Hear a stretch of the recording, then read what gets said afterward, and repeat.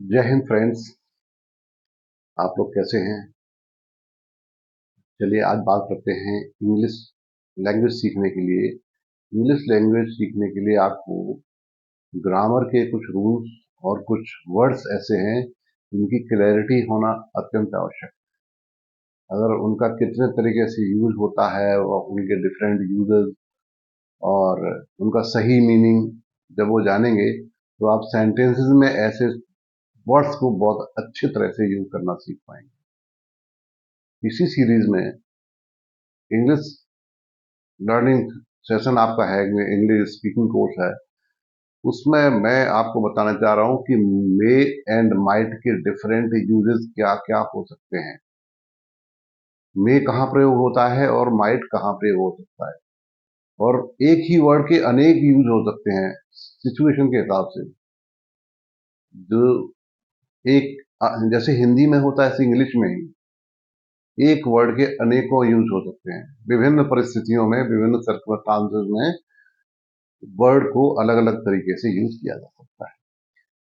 इसी में आज हम सीखने जा रहे हैं मे और माइट के डिफरेंट यूजर्स। तो रेडी रहिए, हमारे साथ सीखिए।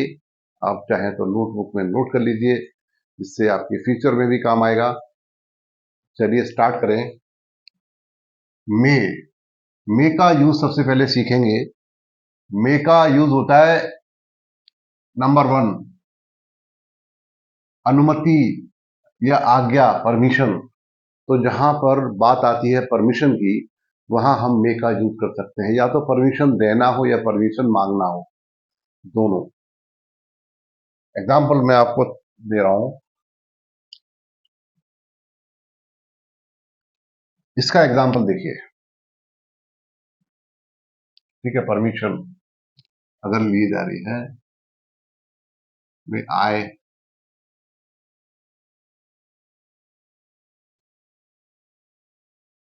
Use your pen, may I use your pen, क्या मैं आपका पेन यूज कर सकता हूं? यहां पर अनुमति मांगी जा रही है, परमिशन मांगी जा रही है, ठीक है। यदि इसी सेंटेंस को दूसरे तरीके से लिखें, you may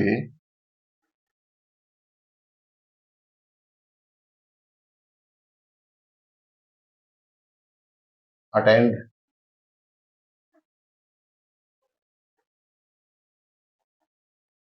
this programme,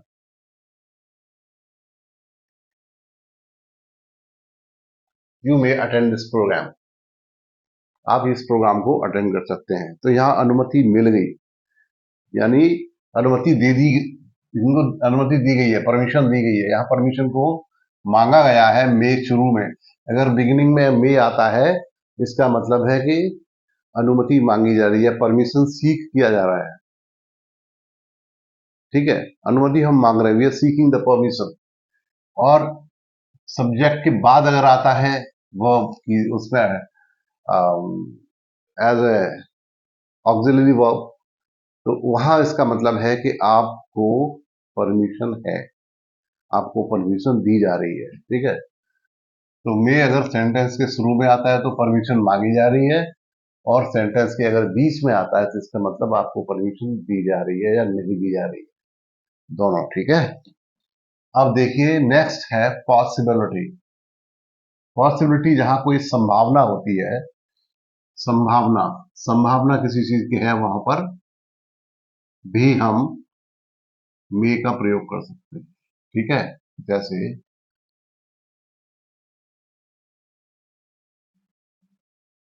the train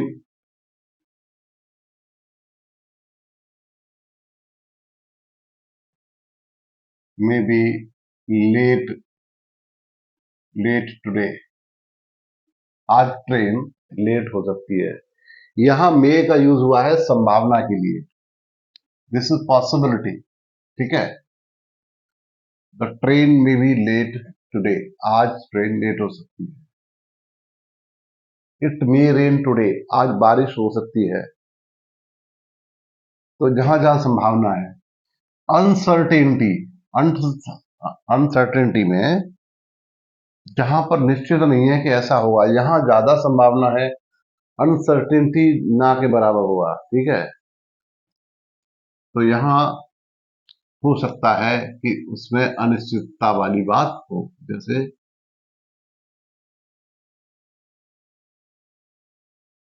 the beggar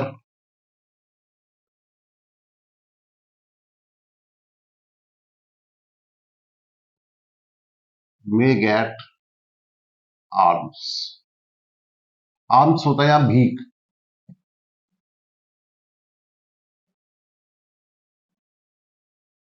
arms तो मतलब होता है भीख, ठीक है। तो जो बेगर है उसको भीख मिल सकती है, नहीं भी मिल सकती है, अनसर्टेनिटी है। तो अनिश्चितता का वातावरण है यहाँ, अनिश्चितता है, अनसर्टेनिटी, अनिश्चितता, अनिश्चितता, ठीक है। यहाँ अनिश्चितता है, अनसर्टेनिटी है। नेक्स्ट मे का यूज कहां तो हो सकता है, ये होगा यहाँ उद्देश्य होगा, पर्पज होगा, उद्देश्य। अगर अगर किसी का उद्देश्य या कुछ लक्ष्य है तो वहां पे भी हम मे का यूज कर सकते हैं, लेकिन उसके साथ हम दैट लगा सकते हैं, सो दैट लगा सकते हैं, या इन ऑर्डर दैट भी लगा सकते हैं। दैट भी यूज कर सकते हैं, सो दैट और इन ऑर्डर दैट। इसका मतलब होता है किसी के लिए, जिससे कि वो काम हो जाए, जिससे हमारा उद्देश्य पूरा हो जाए। एग्जाम्पल देखिए इसका, मे का एग्जाम्पल है,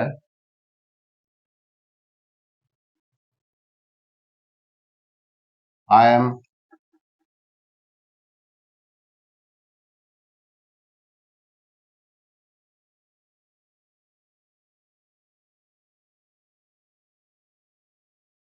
studying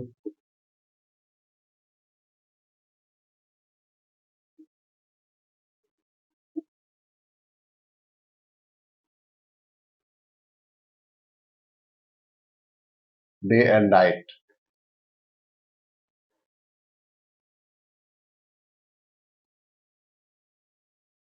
so that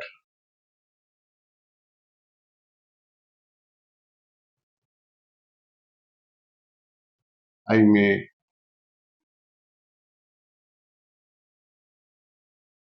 clear the exam, ठीक है। I am studying day and night so that I may clear the exam. यहां मे का प्रयोग हुआ है उद्देश्य के लिए, कि हमारा उद्देश्य क्या है, एग्जाम क्लियर करना। हमारा उद्देश्य है, पर्पज है एग्जाम क्लियर करना, और हमने मे का यूज किया यहाँ पर, कि मैं दिन और रात स्टडी करता हूं जिससे कि मैं अपना एग्जाम पास कर सकूं, अपनी परीक्षा पास कर सकूं।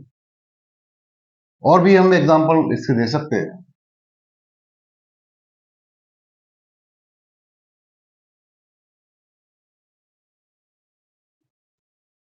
His friend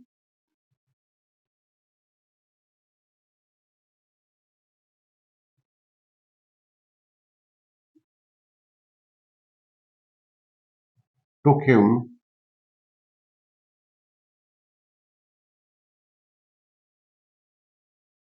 to Delhi in order that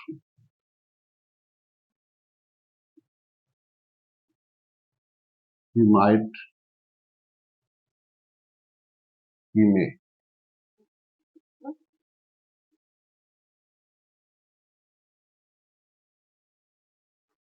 यहाँ प्रेजेंट में हो जाएगा,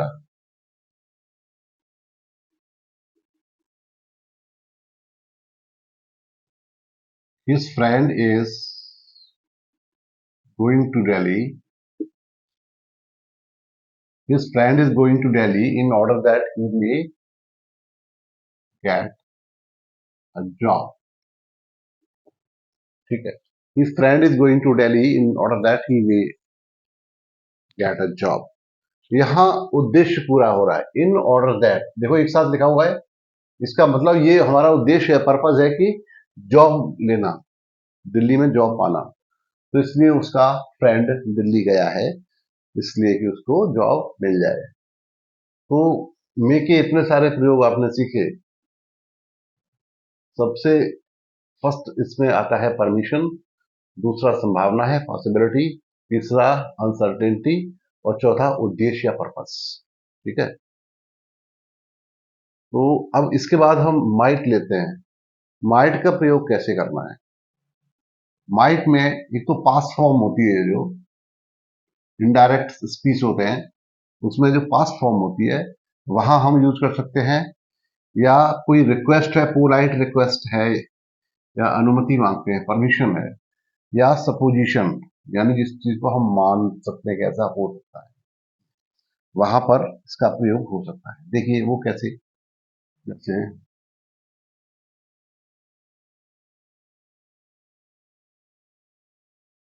आई आई टोल्ड हिम दैट आई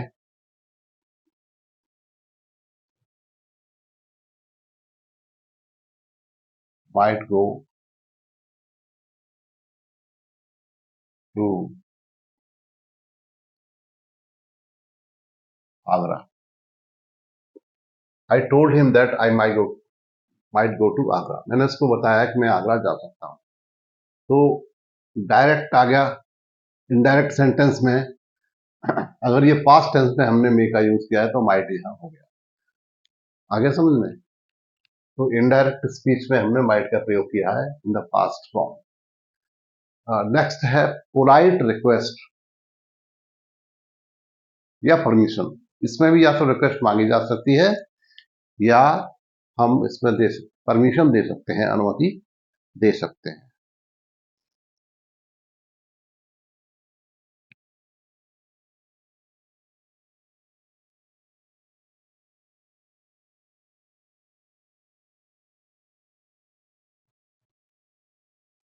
जैसे एग्जांपल है, यहां हम रिक्वेस्ट के रूप में लेते हैं, परमिशन के रूप में लेते हैं, तो मांगी जा रही परमिशन मांगी जा रही है, रिक्वेस्ट की जा रही है, पोलाइट रिक्वेस्ट है, तो यहां हो जाएगा might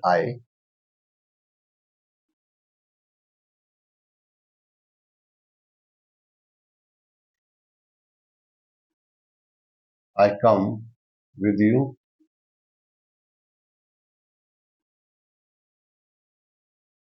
might I come with you, क्या मैं आपके साथ आ सकता हूं।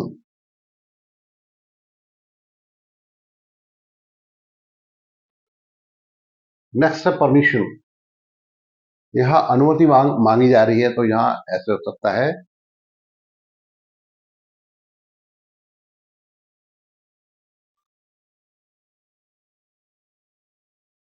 You might come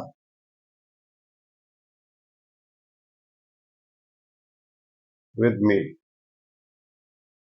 you might come with me, तो मेरे साथ आ सकते हो।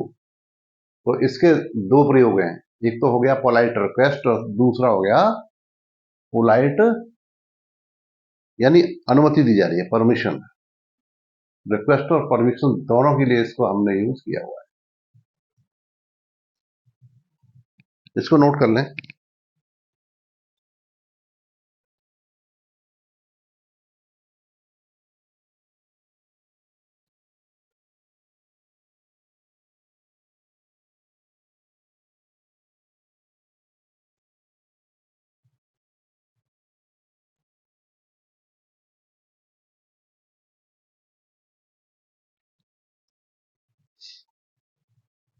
अब सपोजिशन है कि ऐसा हो सकता है।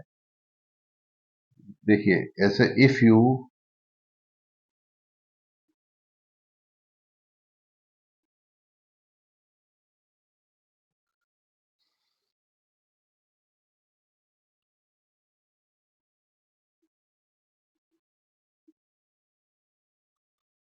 Work hard might get success, if you work hard you might get success. तो यहां माइट का प्रयोग हुआ है सपोजिशन के लिए, कि अगर ऐसा तुमने किया तो ऐसा हो सकता है। वो सर्टेनिटी नहीं है, सपोजिशन है। यानी माना हुआ, ऐसा माना जाता है कि तुमने ऐसा किया तो हम मान सकते हैं ऐसा हो जाएगा। और एक सेंटेंस देख लेते हैं।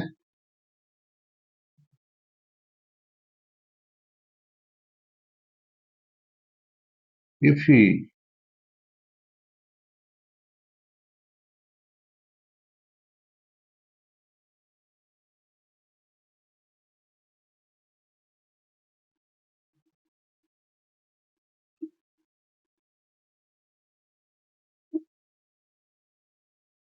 if he approaches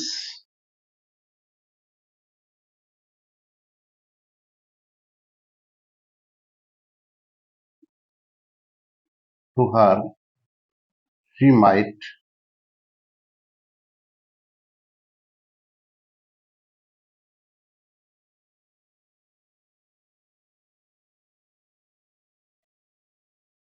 help. If he approaches to her, she might help. अगर वो उसके पास अप्रोच करता है, पहुंच करता है, जाता है उसके पास, तो वह उसको हेल्प कर सकती है। अब कुछ ऐसे सेंटेंसेस हैं जिसमें लेस पॉसिबिलिटी है और मोर पॉसिबिलिटी है। जहां पर लेस पॉसिबिलिटी की बात होती है, संभावना लेस होती है, कम संभावना होती है, वहां माइट का प्रयोग होता है, और जहां अधिक संभावना होती है वहां मे का प्रयोग होता है। ठीक है।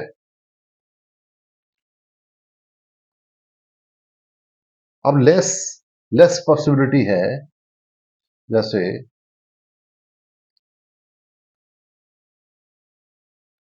दो ही इज दो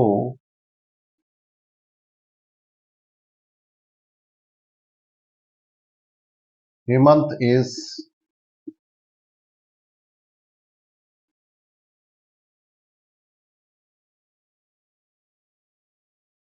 very strict,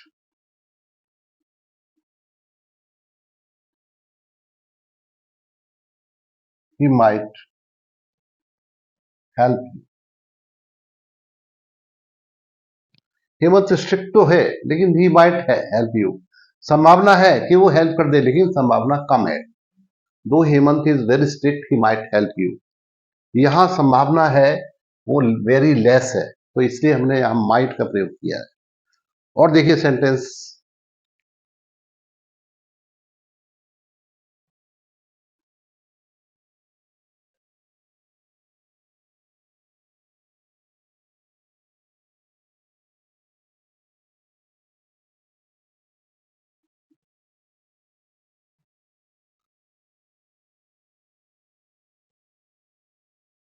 start your business,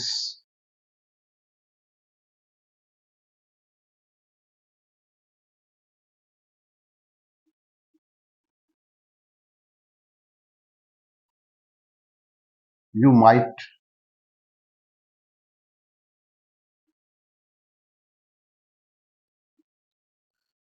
get success. अपना बिजनेस स्टार्ट करो, संभावना तुम्हें मिल सकती है, सफलता मिलने की संभावना है लेकिन कम है। You might get success, start your business, you might get success.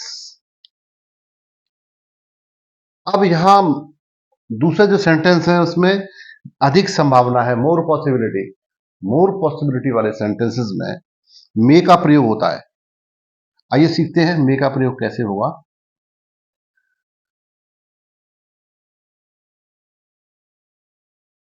The dark clouds are hovering. The dark clouds are hovering. Hovering का मतलब आसमान में चक्कर लगा रहे हैं, घूम रहे हैं ऊपर। Hovering, it may rain. It may rain heavily.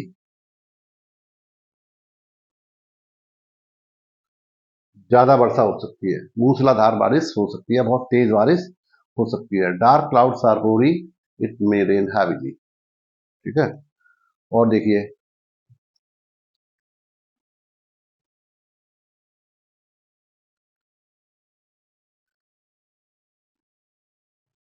C is walking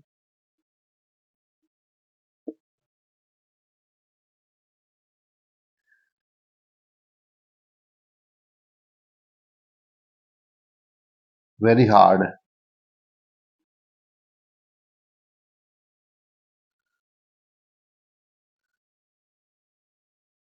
She may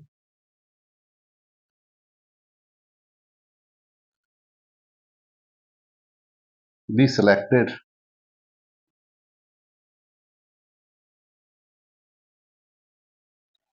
for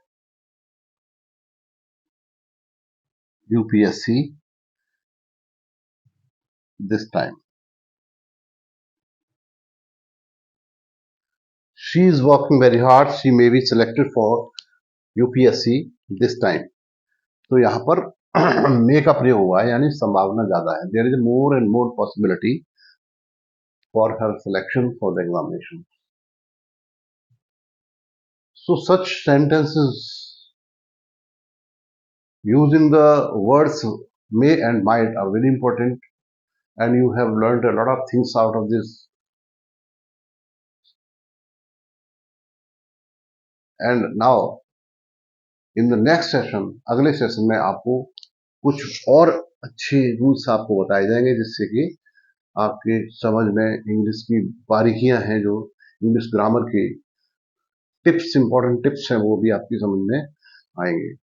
तो I hope in the next video you will get more and more beneficial information for your language learning course, English spoken course. तो अंग्रेजी अगर सीखना है तो मेहनत करनी पड़ेगी, और साथ साथ में ध्यान से सीखना है, डेली सीखना है. और आपके लिए बहुत शुभकामनाएं. Wish you all the best. जय हिंद.